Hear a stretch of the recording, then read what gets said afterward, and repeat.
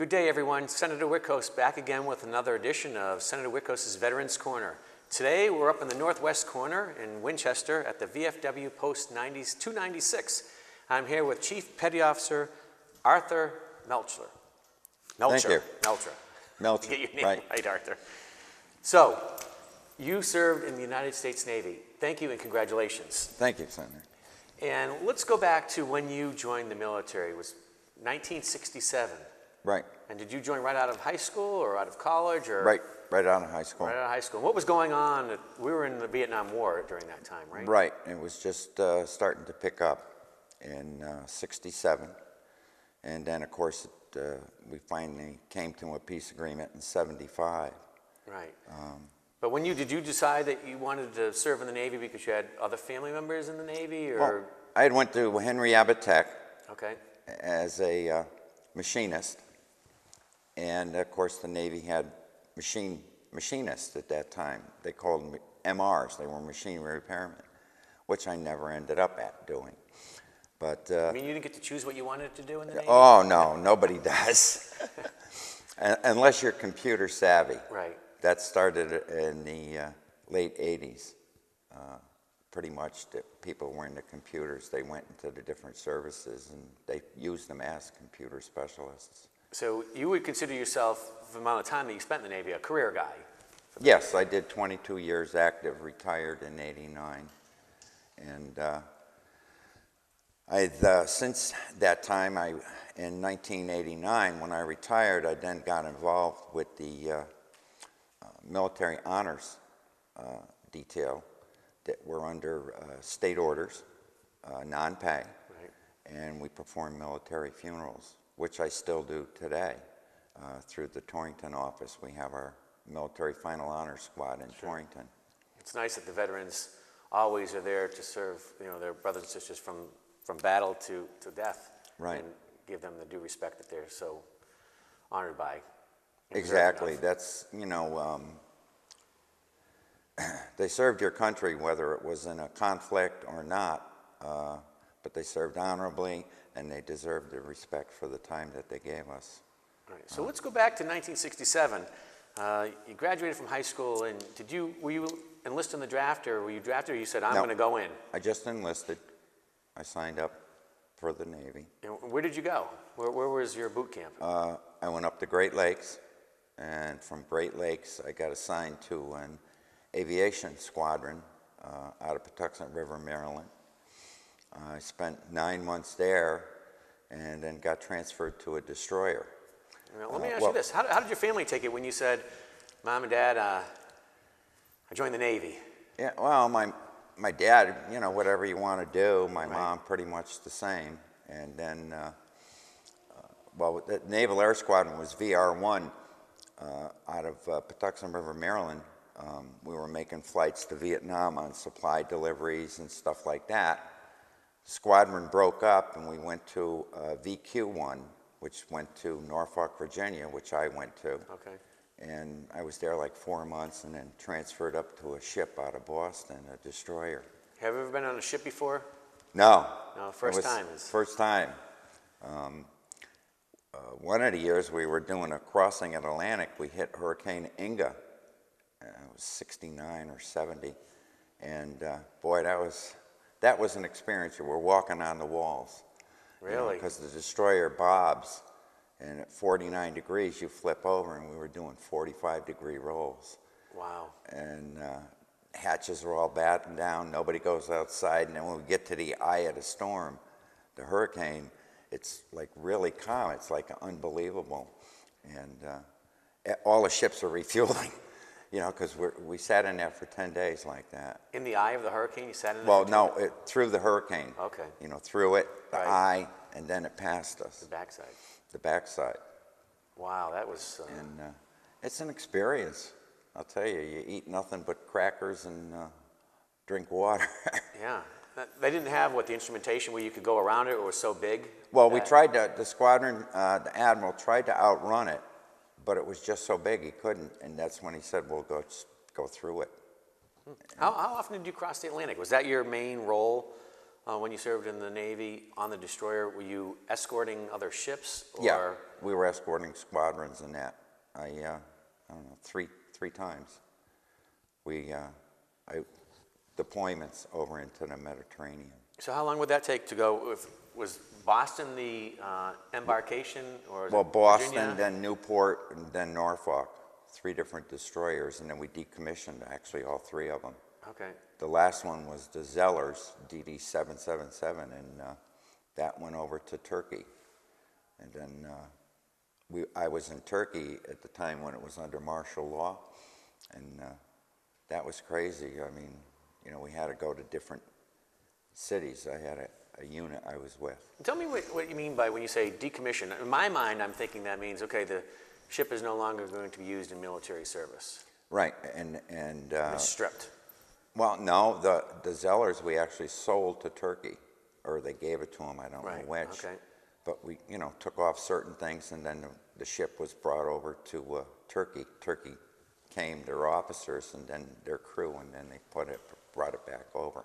Did you have to train them at all, or was just There oh, was here you training go? on the Okay. officers and some of the enlisted, depending on what their role was with the radar or the sonar techs. Now, how did you end up in Turkey yourself then?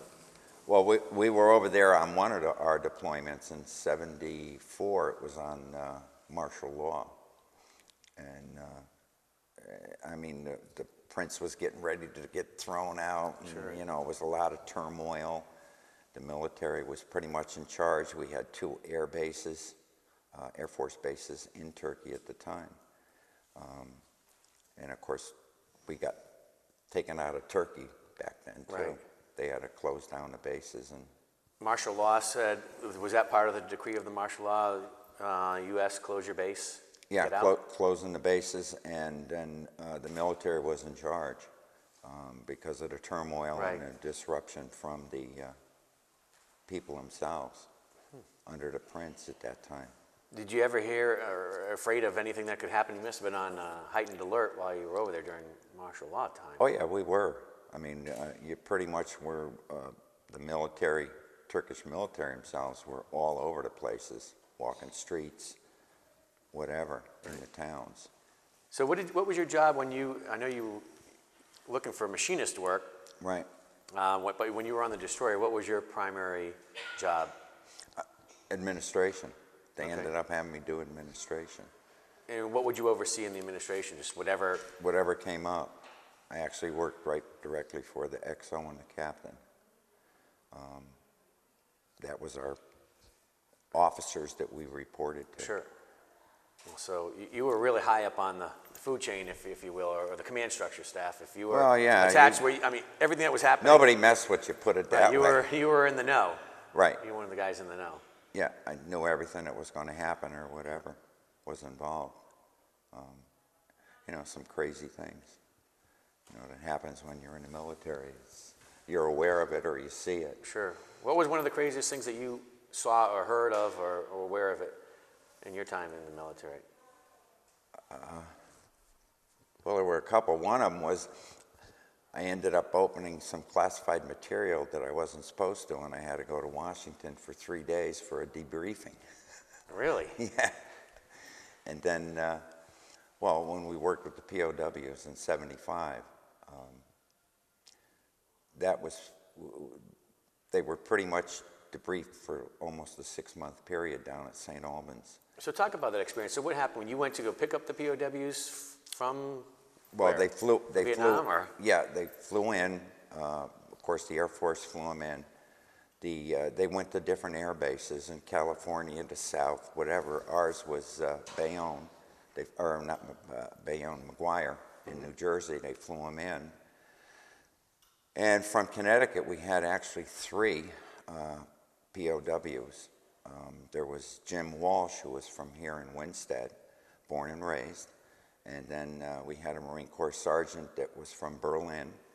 And we had a lieutenant commander pilot from Stanford, if I remember right, but it's somewhere Right, down in sure. there. His name was Thompson. And, well, excuse me, there were 4 from Connecticut. There was another lieutenant from Connecticut. But we had a total of 26 that were from Connecticut, Massachusetts, part of New York, the eastern part, and New Jersey. Was that a high percentage? It seems like it would be for such a small state that, Connecticut is, that we'd have that number of POWs. Well, we did, and plus we still have quite a few. I mean, Andre Goulet, I still wear his POW bracelet. He's from over here in Riverton originally. And then one of the commanders that was from Stamford or Greenwich, I can't remember what, his brother is still in MIA. Never found remains or anything. He was a pilot also. But we had quite a few pilots. I mean, most of the POWs, except for, like I said, there were a few enlisted. The sergeant from Berlin. Most were pilots. Yeah, yeah. And, I've known Jimmy Walsh. He's a retired Marine Corps colonel. He worked for Delta Airlines, and he finally left here about 5 years ago and moved to Farmington. Okay. His daughter wanted to go to school, and, she's doing good. Yeah, well, that's But great. we always keep in touch. Yeah. You build friendships that last a lifetime. Oh, you do. I've known people 40 years ago that I was stationed with. We go to the Hartford Oak Club every year before Christmas, and there's like 60 to 70 of us that get together. And last year we had a total, we always go around at the end to how many years of service. Right. And there were 71 people there, and we had a total of 1,641 years and 2 months of all the guys that served. And it doesn't matter, I don't think, what conflict or what time that you served. You did your time when you were a veteran. I interviewed somebody that was served in Afghanistan, so relatively young guy, but he says if he goes out, even some of the folks that are World War II veterans or Vietnam veterans or Korean War veterans, they treat him like they're equal. Of course they are. Right. And even if they didn't do a conflict, they're still a veteran. Sure. They enlisted in the service, they served the country for 4 years honorably, they're a veteran. So there was some peacetime after Vietnam wound down, Right. What, 72, somewhere right around in there? Well, 75, 75. the POWs came back, and then the next conflict that we had was in Beirut, 85, the bombing of the Marine Corps barracks, where we lost 215 or 30, I can't remember the exact number of Marines, where the guy drove through the gate and had the truck full of explosives and blew up the barracks. Now, you being in administration during the Cold War period, if you will, did you see a decline of active military things happening, or not a buildup, but Well, it's pretty much the same.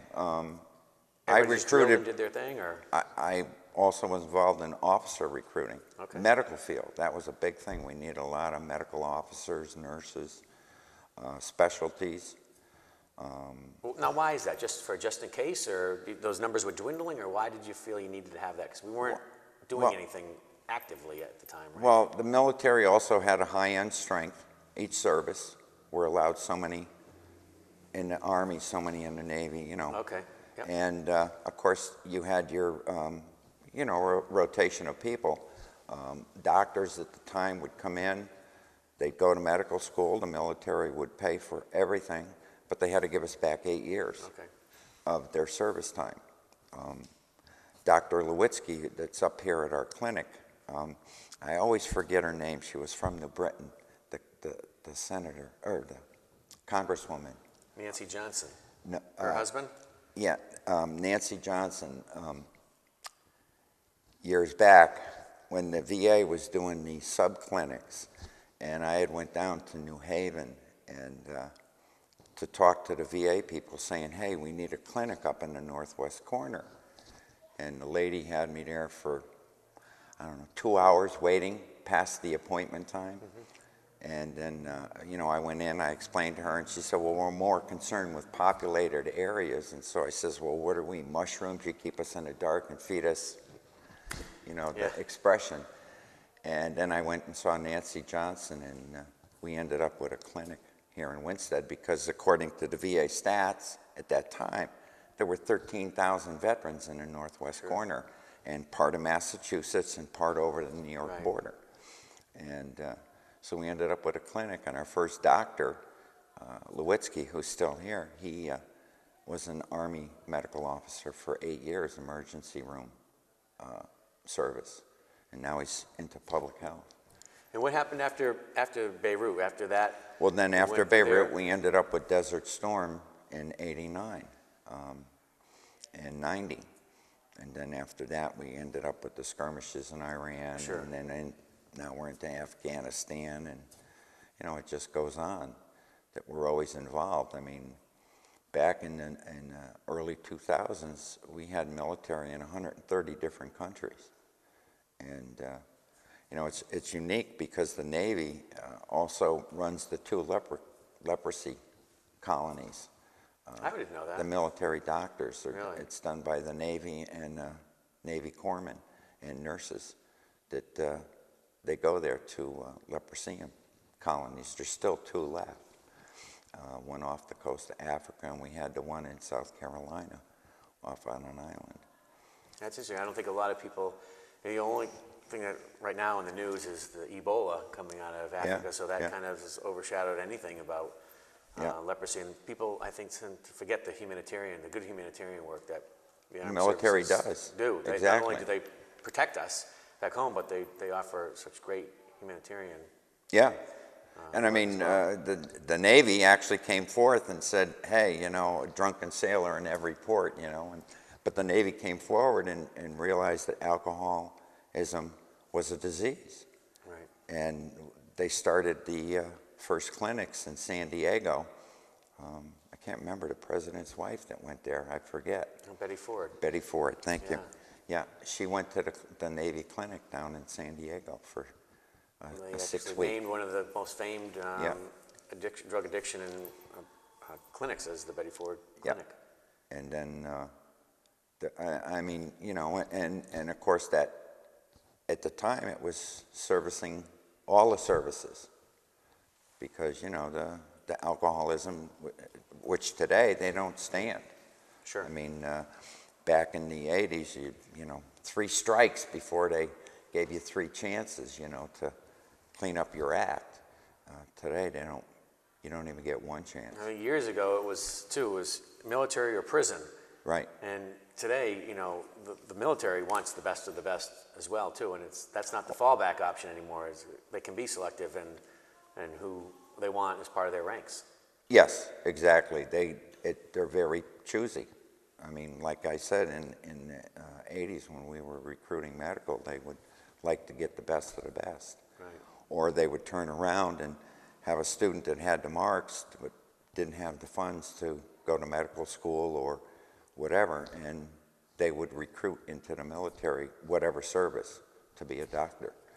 Was your favorite part of being in the military, or the thing you liked the most, being out on the destroyer or being back home in an office helping, it would be your constituents, your fellow colleagues in the Navy? Or if you had to say, if I had to pick a highlight of my career, what would that be? Probably helping other veterans. And you're doing that today? Now, yeah. As well, I understand. Yeah. And what is it that you're doing? Well, I've been the commander of the American Legion post, 24 years now, since 1990. And our post, we help veterans. I do Soldier Sales Marine Fund here in the state also. And, but we just help veterans that are in need, you know, people that are in need. And why don't you just tell a little bit about what the Sailor Soldiers Marine Fund is, so if people that are watching aren't familiar with it, well, the they fund, know what the service is available to them. the fund, the World War I veterans, when they came back, the state was going to give them a bonus. And the veterans at that time opted to have the bonus put into a fund that assisted other veterans or the families of veterans in need. And then legislatures back then in the 20s, that was in 1990, right. The American Legion ran the fund. The VFW didn't want anything to do with it as far as the management of it, but it was still under state control. Right. And we put a half a cent in cigarette and gas tax into the fund for so many years, and then haven't put anything into that fund since the 1960. and it's just works off the interest of what was in there. And it's to assist veterans and their families. If the wife is a widow of a veteran that served honorably, she's eligible for assistance. And they cover medical bills, a month's rent or interest on a mortgage for 1 month, a food voucher, clothing, you know, utility bills. Some of the people that just need that 1 month break because things are down, so that's what that fund is there for. Everybody wants to help a veteran today, unlike what happened after Vietnam. Yeah, nobody wanted nothing to do with you. Right. I mean, it was a crazy war, but...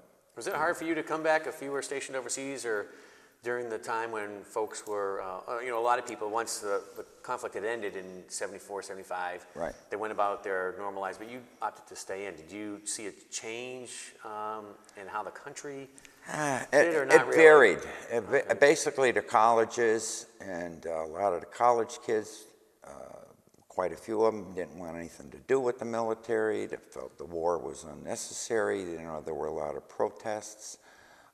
People that were coming back, and you know, they'd fly into either McGuire in New Jersey or up here in Mass at the air base up there. They would come back, and they'd be met outside the gates with protesters. You know, whatever state they came into. They were always there to protest, or you know, call them names, whatever. I bet you that's something they'd like to forget out of their lives now. Well, they do, and then you know, you think of, you know, Fonda, who pulled all her crap over there. You know, it was just terrible. You know. Well, we'll forget about her message. You know, I always like to close my segment by allowing my guests to pass on a message to military personnel that are now serving, or actually thinking about joining the military. These 17, 18, 19, 20, you know, 25-year-olds. What message would you give to a young man or woman today that's thinking about entering the military service or is currently serving the military about your experience? I think if you look back, the military is just like a normal job. If you screw up, don't do something right, you get a butt chewing from your boss, or you get fired or laid off. In the military, they don't fire or lay you off, depending on what you did. You can be discharged dishonorably or bad conduct or whatever the case might be. And I think the military has a person grow up fast. You either have to grow up or else you're out. And you know, I think the military, no matter what service you go into, is it gives you good life experiences. But you'd recommend the Navy, I'm sure. Well, the Navy, I mean, I served with a Marine unit in training for recons. I spent 3 years with them up in the mountains. In Nevada, we had a training base up there for recon people, where we did, you know, water, boats, in the mountains, you know, camp out in the winter.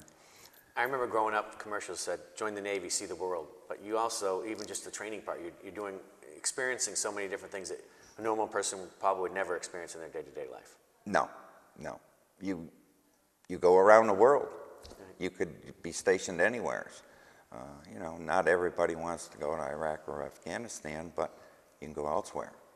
Like I said, we have services in 130 countries still today, whether it be a small detachment or a large command.